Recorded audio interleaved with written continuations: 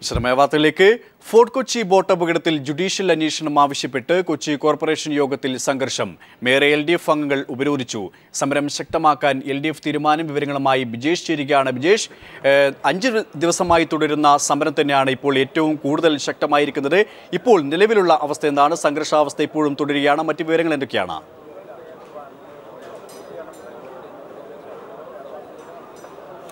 സുരേഷ്, നമ്മൾ നേരത്തെ സൂചിപ്പിച്ചതുപോലെ തന്നെ ഒരു സംഘർഷാവസ്ഥയിലാണ് ഇപ്പോൾ കൊച്ചി കോർപ്പറേഷനും പരിസരവും ഉള്ളത്. ഒരു ഭാഗത്ത് DCPയുടെ നേതൃത്വത്തിൽ ഉള്ള പോലീസ് സംഘം അണിനിരക്കുന്നുണ്ട്. മറുഭാഗത്ത് ഇടതുപക്ഷത്തിൻ്റെ പ്രവർത്തകരും നേതാക്കളും എല്ലാം തന്നെയുണ്ട്. രാവിലെ മുതൽ തന്നെ കൗൺസിൽ യോഗം ആരംഭിച്ചപ്പോൾ തന്നെ നിരവധി പ്രവർത്തകർ കോർപ്പറേഷൻ്റെ പരിസരങ്ങളിൽ എത്തുകയും കോർപ്പറേഷൻ ഉപരോധിക്കുകയും ചെയ്തിരുന്നു. അതിൻ്റെ തുടർച്ചയായിട്ട് തന്നെ കൗൺസിൽ യോഗത്തിൽ കൊച്ചി ബോട്ടപകടത്തെക്കുറിച്ച് ജുഡീഷ്യൽ അന്വേഷണം നടത്തണമെന്ന്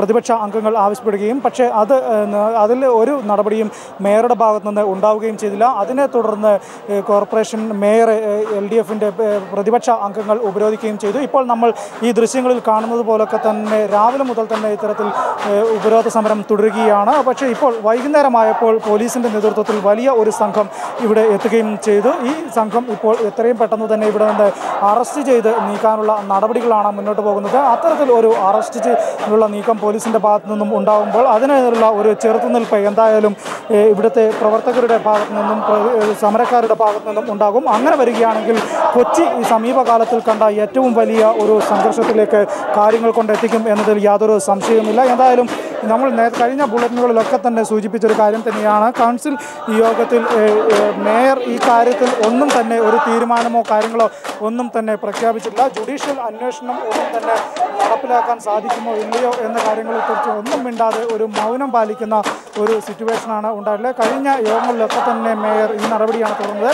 പക്ഷേ അത് മുന്നോട്ട് കൊണ്ടുപോകാൻ സാധിക്കുകയില്ല. ഈ വിഷയത്തിൽ ഒരു അന്തിമ തീരുമാനം ഇന്ന് ഉണ്ടാവണം എന്നാണ് പറഞ്ഞിരിക്കുന്നത്. ഇതിൽ എന്തായാലും മേയറുടെ ഭാഗത്തു നിന്നും തീരുമാനം ഉണ്ടായില്ലെങ്കിൽ ഈ സമരം ഒരു രാപ്പകൽ സമരമായിട്ട് മാറും.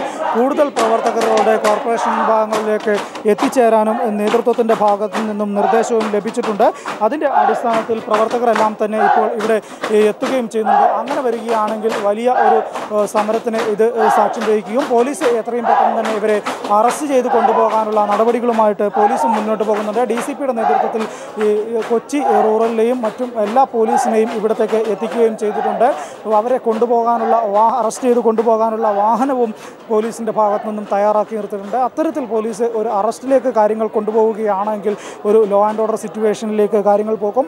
വ്യക്തമാണ്. ഫോർട്ട് കൊച്ചി ബോട്ട് അപകടത്തിൽ ജുഡീഷ്യൽ അന്വേഷണം ആവശ്യപ്പെട്ട് കൊച്ചി കോർപ്പറേഷൻ യോഗത്തിൽ സംഘർഷം. മേയർ LDF അംഗങ്ങൾ ഉപരോധിച്ചു. സമരം ശക്തമാക്കാൻ തന്നെയാണ് LDFന്റെ തീരുമാനം. സ്ഥലത്തിപ്പോൾ സംഘർഷാവസ്ഥ നിലനിൽക്കുകയാണ്. ബിജേഷ് നടുവിലാണ് വിശദാംശങ്ങൾ നൽകിയത്. മറ്റൊരു വാർത്തയിലേക്ക്. ഹനീഫ വധക്കേസിൽ തന്നെ പ്രതിയാക്കാൻ ആസൂത്രിത ശ്രമമെന്ന് മന്ത്രി CN ബാലകൃഷ്ണൻ. ഇതിനു മുമ്പും പാർട്ടിക്കുള്ളിൽ നിന്ന് സമാന അനുഭവം ഉണ്ടായിട്ടുണ്ടെന്നും ഗ്രൂപ്പുകളുടെ പേരിൽ പലരും മലർന്നു കിടന്ന് തുപ്പുകയാണെന്നും കോൺഗ്രസിനെതിരെ പ്രവർത്തിച്ചിട്ടില്ലെന്നും മന്ത്രി വ്യക്തമാക്കി. VM സുധീരനെ ഒഴിവാക്കി പാർട്ടിക്കുള്ളിലെ തർക്കങ്ങൾ പരിഹരിക്കാൻ AI ഗ്രൂപ്പുകൾ ചർച്ച തുടങ്ങിയതിന് പിന്നാലെയാണ് തനിക്കെതിരായ ആരോപണങ്ങൾക്ക് മറുപടിയുമായി മന്ത്രി CN ബാലകൃഷ്ണൻ രംഗത്തെത്തിയത്. ഹനീഫ വധക്കേസിൽ തന്നെ പ്രതിസ്ഥാനത്ത് നിർത്താൻ പാർട്ടിക്കുള്ളിൽ നിന്ന് തന്നെ ശ്രമമുണ്ടായി. 63 വർഷമായി കോൺഗ്രസിൽ പ്രവർത്തിക്കുന്ന താൻ പാർട്ടിക്ക് ക്ഷീണമുണ്ടാക്കുന്ന ഒന്നും ചെയ്തിട്ടില്ല. എന്നാൽ ഗ്രൂപ്പിന്റെ പേരിൽ ഏറ്റുമുട്ടുന്ന കോൺഗ്രസ് പ്രവർത്തകർ മലർന്നു കിടന്ന് തുപ്പുകയാണെന്ന് CN ഓർമ്മപ്പെടുത്തി. എന്റെ രക്തത്തിൽ കോൺഗ്രസ്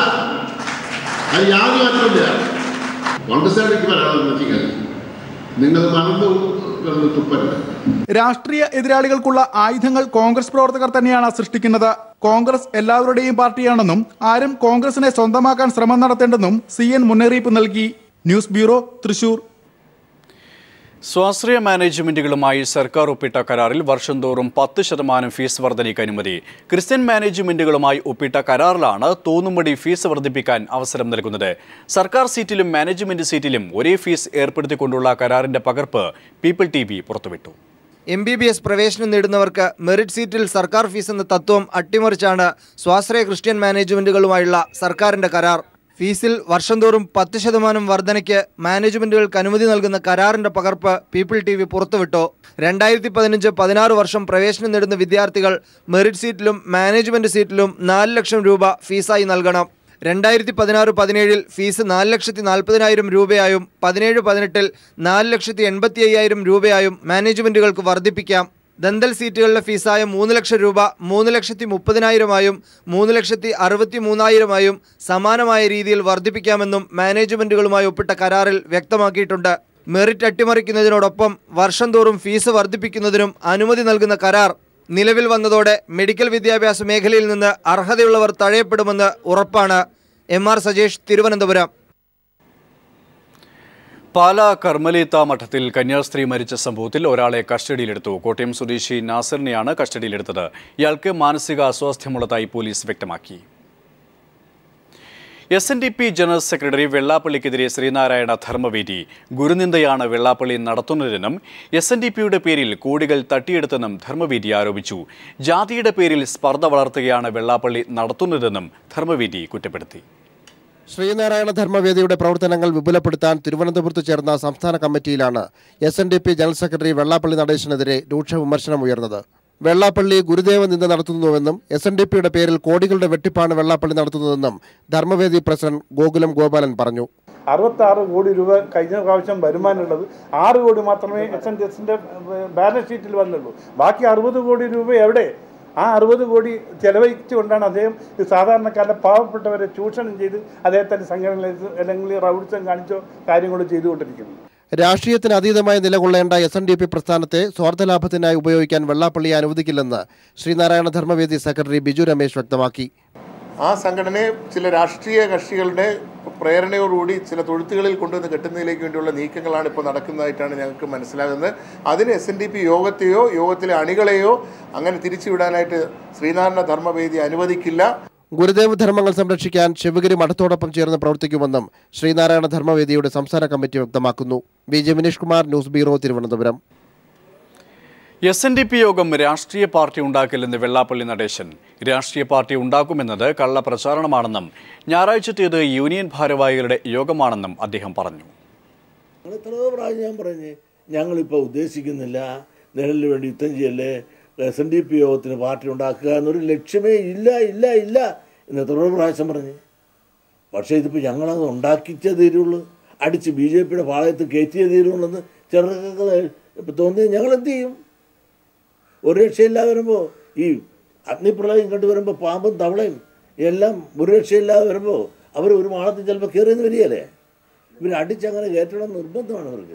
സൗദി മിസൈൽ ആക്രമണത്തിൽ കൊച്ചി മട്ടാഞ്ചേരി സ്വദേശ് ഫറൂഖ് കൊല്ലപ്പെട്ടു. ഒരു മലയാളിക്ക് പരിക്ക്. ഫറൂഖ് കൊല്ലപ്പെട്ട വിവരമറിഞ്ഞ ഞെട്ടലാണ് കൊച്ചി മട്ടാഞ്ചേരിയിൽ ബന്ധുക്കളും അയൽവാസികളും. തലശ്ശേരി സ്വദേശിയായ ഫാറൂഖ് 25 വർഷം മുമ്പാണ് സൗദി അറേബ്യയിലെത്തിയത്. സ്വന്തമായി AC മെക്കാനിക് വർക്ക്ഷോപ്പ് നടത്തി കുടുംബസമേതം യമൻ അതിർത്തിയിലെ ജിസാനിൽ താമസിച്ചു വരികയായിരുന്നു. മുമ്പ് മിലിറ്ററി ക്യാമ്പായിരുന്ന സ്ഥലം പിന്നീട് ഹൗസിംഗ് കോളനിയാക്കി 85 കുടുംബങ്ങളാണ് താമസിച്ചിരുന്നത്. ഈ കോളനിക്ക് നേരെയാണ് മിസൈലാക്രമണം ഉണ്ടായത്. ആദ്യ മിസൈലാക്രമണത്തിൽ നിന്നും തലനാരിഴയ്ക്ക് രക്ഷപ്പെട്ട് മറ്റൊരിടത്തേക്ക് കുടുംബാംഗങ്ങളെ മാറ്റാൻ ശ്രമിക്കുന്നതിനിടെയാണ് രണ്ടാമത്തെ മിസൈൽ പതിച്ചത്. മലയാളികളടക്കം നിരവധി പേർക്ക് ആക്രമണത്തിൽ പരിക്കേറ്റു. മട്ടാഞ്ചേരി സ്വദേശി ഇഷാമിന് പരിക്കേറ്റു എന്ന വിവരം ലഭിച്ചതായി ഇഷാമിൻ്റെ പിതാവ് ഹനീഫ പറഞ്ഞു. ലീവായതുകൊണ്ട് എല്ലാവരും കിടന്ന് ഉറങ്ങായിരുന്നു. പെട്ടെന്നാണ് ഇത് 2 മിസൈൽ വന്നിട്ട് വീണെന്ന് പറഞ്ഞു, ഷെല്ല്. അങ്ങനെ അപ്പം തന്നെ ഇവരെല്ലാം ഉറങ്ങുക. പുറത്തുനിന്ന് എല്ലാവരും ഉള്ളിൽ നിന്ന് എല്ലാവരും വിളിച്ച് കുട്ടികളെ വിളിച്ച് കാറിൽ കയറ്റി കൊണ്ടുപോയി. അപ്പം തന്നെ വേറെ ഒരു ഷെല്ല് വന്ന് വീണ്. അപ്പോൾ ഇവർ രക്ഷപ്പെടുത്താൻ വേണ്ടിയിട്ട് പോകാമെന്നാണ് പറഞ്ഞതൊക്കെ. മരിച്ച ഫാറൂഖിന് ഭാര്യയും 5 പെൺമക്കളുമുണ്ട്. കൊച്ചി മട്ടാഞ്ചേരിയിൽ പുതുതായി പണിയുന്ന വീടിൻ്റെ നിർമ്മാണം പുരോഗമിക്കുകയാണ്. വീട് നിർമ്മാണം പൂർത്തിയായാലുടൻ നാട്ടിലേക്ക് മടങ്ങാൻ കാത്തിരിക്കെയാണ് കുടുംബത്തെ ദുരന്തം വേട്ടയാടിയത്. കൊച്ചിയിൽ നിന്നും ക്യാമറാമാൻ വിനീഷിനൊപ്പം സാലി മുഹമ്മദ്. നേതാജി സുഭാഷ് ചന്ദ്രബോസ് വിമാനാപകടത്തിൽ കൊല്ലപ്പെട്ടില്ലെന്ന് രഹസ്യാന്വേഷണ രേഖകൾ. 1964 വരെ സുഭാഷ് ചന്ദ്രബോസ് ജീവിച്ചിരുന്നു. അമേരിക്കൻ, ബ്രിട്ടീഷ് രഹസ്യാന്വേഷണ ഏജൻസികൾ നേതാജിയെക്കുറിച്ച് തയ്യാറാക്കിയ അന്വേഷണ റിപ്പോർട്ടുകളിലാണ് ഇക്കാര്യമുള്ളത്. രേഖകൾ പശ്ചിമബംഗാൾ സർക്കാർ പരസ്യപ്പെടുത്തി. സ്വാതന്ത്ര്യ സമരത്തിൽ സേനയിറക്കി പോരാട്ടം നടത്തിയ സുഭാഷ് ചന്ദ്രബോസിന്റെ ദുരൂഹമായ തിരോധാനത്തിലേക്ക് വെളിച്ചം വീശുന്ന രേഖകളാണ് പുറത്തു വന്നിരിക്കുന്നത്. ഇന്ത്യക്ക് സ്വാതന്ത്ര്യം ലഭിക്കുന്നതിന് മുമ്പുള്ള ബ്രിട്ടീഷ് രഹസ്യ പോലീസിന്റെ അന്വേഷണ റിപ്പോർട്ടുകളും 1970-കൾ വരെ അമേരിക്ക തയ്യാറാക്കിയ സുഭാഷ് ചന്ദ്രബോസിനെ കുറിച്ചുള്ള വിവരങ്ങളടങ്ങിയ 64 ഫയലുകളും പശ്ചിമബംഗാൾ സർക്കാർ ഡിജിറ്റലൈസ് ചെയ്ത് പരസ്യപ്പെടുത്തി. 3000 കയ്യെഴുത്ത് രേഖകളടങ്ങിയ 12744 പേജുകളാണ് ഈ ഫയലുകളിലുള്ളത്. അമേരിക്ക 1970-കൾ വരെ വിശ്വസിച്ചിരുന്നത് നേതാജി സുഭാഷ് ചന്ദ്രബോസ് 1945 ഓഗസ്റ്റ് 17 തായ്വാനിലെ വിമാനാപകടത്തിൽ കൊല്ലപ്പെട്ടിട്ടില്ലെന്നാണ്. ഇതിനനുബന്ധമായ അന്വേഷണ റിപ്പോർട്ടുകൾ കൂട്ടിച്ചേർക്കുന്നത് അന്നേ വർഷം തായ്വാനിൽ അങ്ങനെയൊരു വിമാനാപകടം സംഭവിച്ചിട്ടില്ല. 1941 ജനുവരി 16 ഇന്ത്യ വിട്ട നേതാജി ജർമ്മനിയിലെത്തി. 45 ശേഷം പഴയ സോവിയറ്റ് യൂണിയൻ വഴി ചൈനയിലേക്ക് കടന്നു.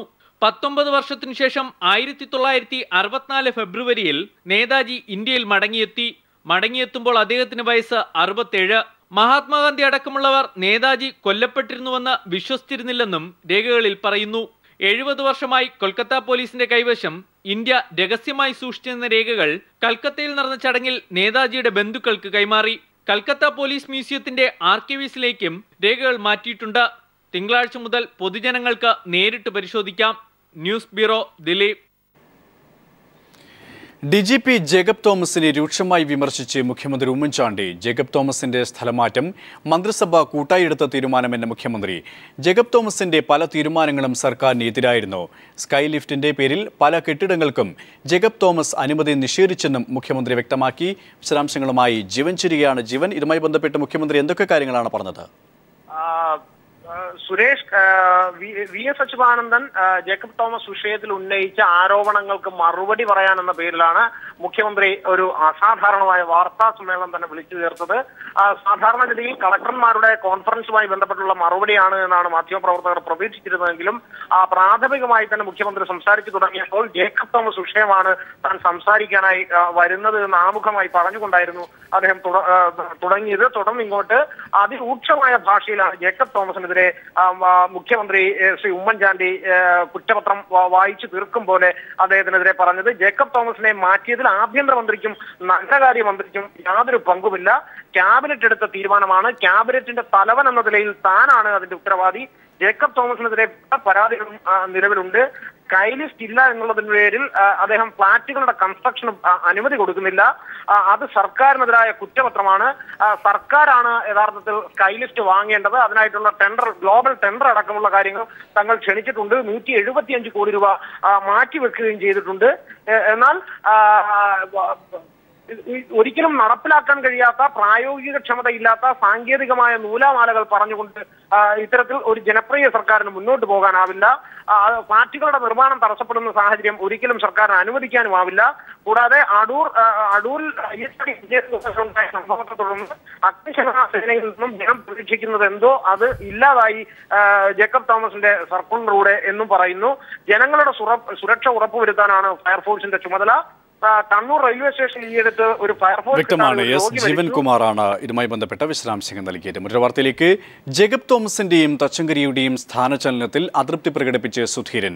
സർക്കാർ വിവാദ തീരുമാനങ്ങൾ ഒഴിവാക്കണമെന്ന് സുധീരൻ പറഞ്ഞു. ദില്ലി സന്ദർശനത്തിൽ ഇക്കാര്യങ്ങൾ ചർച്ചയ്ക്ക് വരുമെന്നും സുധീരൻ പ്രതികരിച്ചു.